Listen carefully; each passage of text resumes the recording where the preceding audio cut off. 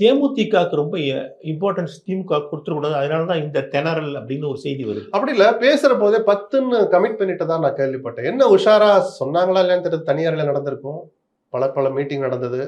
காங்கிரஸ் இல்லைன்னா உங்களுக்கு 10 தரன்னு ஒரு வார்த்தை, ஒரு கேவியட் மாதிரி போட்டிருக்கணும். ஏவா வேலு போட்டாரான்னு தெரியல. காங்கிரஸை வச்சுக்கிட்டு 10 இடம் கொடுக்கறது அது சாத்தியம் இல்லை. ஏன்னா திருமாவளவன் அதே 10 கேட்பார். நியாயமான பார்வை.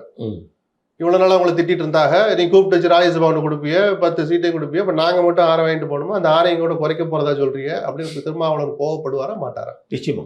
மார்க்சிஸ்டுகள் கோபத்துல நியாயம் இருக்குமா இருக்காதா? நிச்சயமா. வைகோவுக்கு கூட ஒரு எதிர்பார்ப்பு இருந்தால் அது நியாயமானதான் நான் சொல்லுவேன். அப்போ காங்கிரஸ் ஒருவேளை தக்க வைக்கிற மாதிரி இருந்தால் நீங்க இரட்டை இலக்கத்துல சீட் எதிர்பார்க்காதீங்கன்ற வார்த்தையை திமுக அழுத்தமாக சொல்ல தவறிவிட்டதோ அதன் காரணமாக தான் இந்த திணறலோன்னு நான் சந்தேகப்படுறேன்.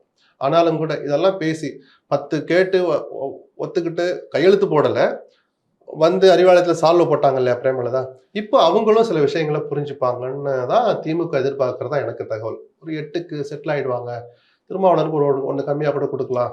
அண்ணா அவருக்கு 7, மார்க்சிஸ்டுக்கு அதே 6, திருமாவளவனுக்கு 7, தேமுதிகக்கு 8ன்னு செட்டில் ஆக போறதா ஒரு தகவல் வருது. கொஞ்சம் காத்திருப்போம்.